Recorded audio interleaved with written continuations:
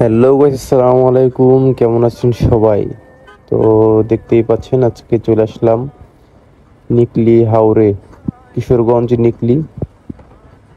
এখন হচ্ছে কিছুদিন আগে ছিল হচ্ছে ভুট্টা কাটার মৌসুম। তো ভুট্টা এখনো চলছে। তারপর আবার দেখা যাচ্ছে ধানও কেটে নিয়ে আসছে। তো এখানে সচরাচর এরকমই বাড়ির মতোই। আপনারা ঘুরতে আসলে দেখতে পারবেন এখানের ব্যবহার কত ভালো। কারোর সাথে কোনো মানে মিসবিহেভ করে না, তারা অনেক ভালো ব্যবহার করে, অনেক আপ্যায়ন পরায়ণ, অনেক অতিথি পরায়ণ আমাদের কিশোরগঞ্জের এই হাওরের মানুষ।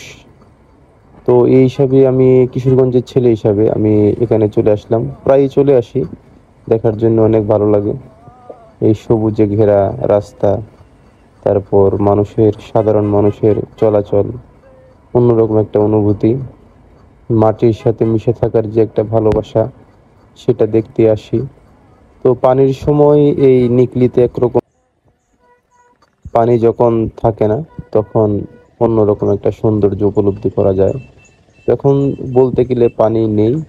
তো এখন আমি এই জন্যই আসলাম যে আসলে খোলা মাঠ, তারপর ফসলের জমি দেখতে কিরকম লাগে, সবুজে ঘেরা, মানে অন্যরকম একটা অনুভূতি।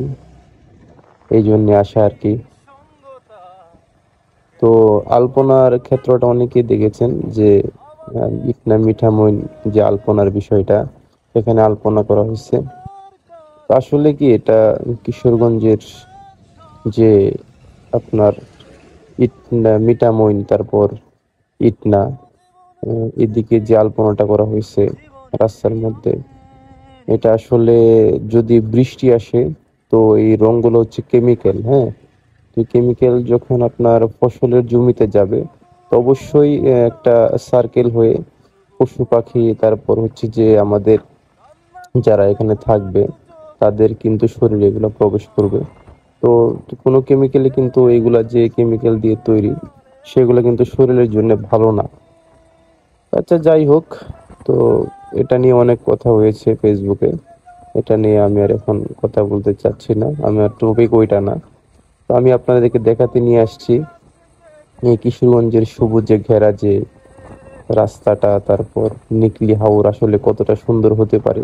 আমি যে রাস্তাটা দিয়ে যাচ্ছি দেখতে পাচ্ছেন, এটা হচ্ছে সাবমার্সিবল রোড। আমি নামলাম একটু আগে, আপনারা দেখলেন। তো এই রাস্তাটা কিন্তু বৃষ্টির সময় কিন্তু আপনার, বা বৃষ্টি গিয়ে এখানে তো পানি থাকে, এটা টই টুম্বুরে পানি থাকে। পানির সময় এই রাস্তাগুলা মাটির নিচে থাকে। আবার যখন গ্রীষ্ম মৌসুম বা শীত মৌসুম আসে, শীতের সময় একটা সময় এই পানিগুলা আপনার শুকিয়ে যায়। তো তখন হচ্ছে এই জমিগুলা আপনার চাষাবাদের উপযোগী হয়, এখন যেরকম আছে আপনারা দেখতে পাচ্ছেন। তো এখানের মানুষগুলা কিন্তু আপনার আবহাওয়া মেনটেন করে চলে, আপনার প্রকৃতির খাতিরে চলে, প্রকৃতিকে ভালোবেসে চলে। তো খুবই সুন্দর লাগে। আপনারা আসবেন, আপনাদের দাওয়াত রইল। তো ভাবলাম যে এটা আপনাদের সাথে শেয়ার করি। তো সবাই ভালো থাকবেন, সুস্থ থাকবেন। আসসালামু আলাইকুম।